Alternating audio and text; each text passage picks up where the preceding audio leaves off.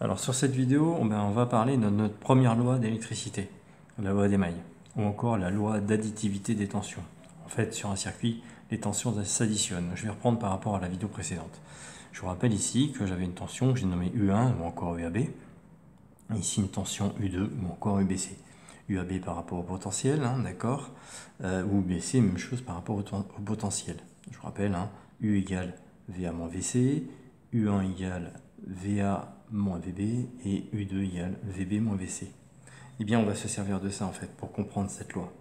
C'est très simple. Si on regarde ici la tension U1, U1 qui est égale donc à VA moins VB.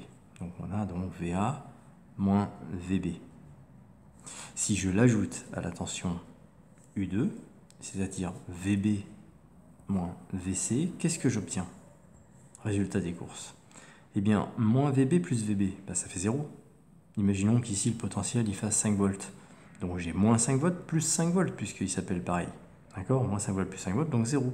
Qu'est-ce qui me reste? Eh bien, il me reste VA moins VC.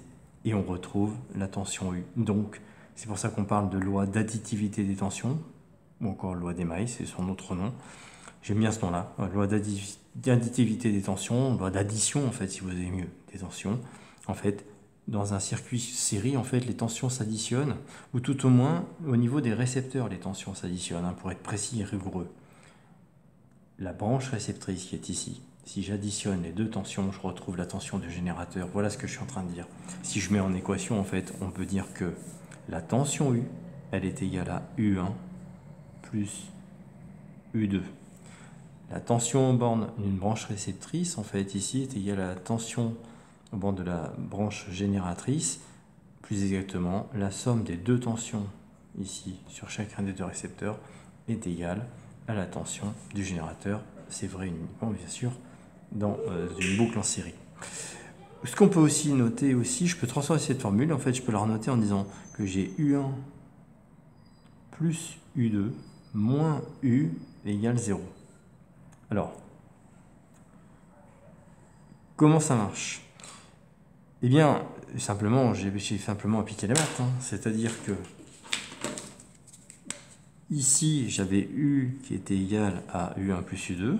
J'ai pris le U, je l'ai mis de l'autre côté du signe égal. Donc ici, je n'ai plus rien de ce côté du signe égal, donc j'ai 0. D'accord? Quand je passe d'un côté vers l'autre côté du signe égal, ici, le U était positif, du coup, de l'autre côté, il devient négatif. C'est pour ça que je peux dire que U1 plus U2 moins U égale 0. D'accord? Autre analyse. On a une autre méthode de travail. Lorsqu'on parcourt une boucle, ici, sur un circuit, lorsqu'on parcourt une boucle, et qu'on part d'un point du circuit, par exemple, partons de VA, je pars de VA, et volontairement, je vais tourner dans le même sens que le courant. D'accord? Donc, je tourne comme ça, et je vais revenir vers VA. Donc, je pars de VA et je reviens vers VA. Si je recense l'ensemble des tensions sur le circuit, eh bien, on va regarder ce qui va se passer. Ici, donc, je trouve U1, et si on regarde bien, la flèche de U1, ici, va dans l'autre sens, ici, va dans l'autre sens que le parcours que je réalise. J'ai bien dit, je fais le parcours de la boucle dans le sens du courant. Donc, je pars de VA pour revenir vers VA, d'accord? Et je parcours ma boucle. Donc ici, qu'est-ce que je vois? Eh bien, dans ma boucle, j'ai U1. Lorsque je parcours ma boucle et que ma flèche de tension est fléchée dans l'autre sens que ce que je fais, c'est-à-dire que mon parcours, eh bien, je vais affecter un signe moins ici, devant la tension électrique. Donc ici, j'ai moins U1. Même chose ici, je parcours ma boucle, et ici, j'ai donc moins U2. Et lorsque ma flèche de tension est fléchée dans le même sens que ma boucle, eh bien, je mets un signe plus, donc plus U. Et quand je suis revenu au point A, je dis égal 0. Alors si je transforme ça, qu'est-ce qui se passe? Si je transforme ça, si je bascule le moins U1 qui est ici, et le moins U2 qui est ici, de l'autre côté du signe égal, qu'est-ce que j'obtiens? J'obtiens U égale, donc je bascule, j'étais négatif, je deviens positif, égale U1, là j'étais négatif, je deviens positif, donc plus U2. Et qu'est-ce que je vois? Je retrouve bien ce que j'avais écrit ici. Donc, c'est une autre méthode de travail. Soit je fais ma somme des tensions en disant que sur cette branche réceptrice, si j'additionne mes tensions, je retrouve la tension du générateur.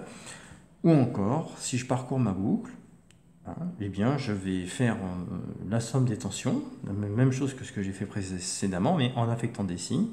Donc je parcours ma boucle de la sorte. Toutes les tensions qui sont fléchées en opposition du parcours de ma boucle, eh bien, je mets un signe moins. Toutes les tensions qui sont fléchées dans le même sens, je mets un signe plus. Et du coup, je vois bien que ça marche, puisque je retrouve la même chose que ce que j'avais dit précédemment. Alors vous allez dire, ah, mais attends, là, ici j'ai plus U1 et là j'ai plus U2 et j'ai moins U. Mais oui, tout à fait. Mais je pourrais très bien raisonner dans le sens inverse. Regardez, si je pars de là, et que je tourne dans l'autre sens, je pars de VA pour revenir à VA. Mais cette fois, au lieu de tourner dans ce sens, je tourne dans ce sens. Eh bien, si j'applique la règle que j'ai dit précédemment, là je tourne dans le sens, ma tension, elle est fléchée dans le sens inverse de ma rotation. Donc ici, j'ai moins U. Ici, j'ai plus U2, puisque je vais dans le même sens. D'accord? J'ai plus U2. Et ensuite, j'ai bien plus U1, puisque je vais dans le même sens pour revenir à VA. Je pars de VA, j'ai moins U, plus U2, plus U1. C'est bien ce que j'ai écrit ici. Donc je retrouve bien la même chose. Dernière remarque, on peut faire la même chose cette fois avec les tensions UAB et UBC. Je vous rappelle que sur la vidéo précédente, U1, je peux l'appeler UAB à cause de la différence de potentiel VA moins VB. Et U2, je peux l'appeler UBC à cause de la différence de potentiel VB moins VC. Donc si j'en fais de même, bien volontairement, je vais tourner dans ce sens-là. Qu'est-ce que j'ai? J'ai moins U, d'accord, plus UBC, plus UAB. Et comme je suis revenu au point A, égale 0. Et ça, c'est important, égale 0. Je pars de A, je reviens à A, donc par conséquent, j'ai fait une boucle égale 0. D'accord? Donc moins U plus UBC plus UAB égale 0. Et bien c'est ce qu'on appelle la loi d'additivité des tensions. Voilà comment ça marche. Ok? Donc ici, si je veux écrire un petit peu comme on avait fait précédemment, la tension U, on peut dire qu'elle est égale à UAB plus UBC. Et regardez par rapport aux lettres, j'ai VA moins VB plus VB moins VC. Eh bien, si je fais VA moins VB plus VB moins VC, on revient ici, oui, je reviens là. Et donc, je retrouve bien la tension UAC qui correspond à la tension délivrée par le générateur que j'avais noté U. Voilà, merci beaucoup.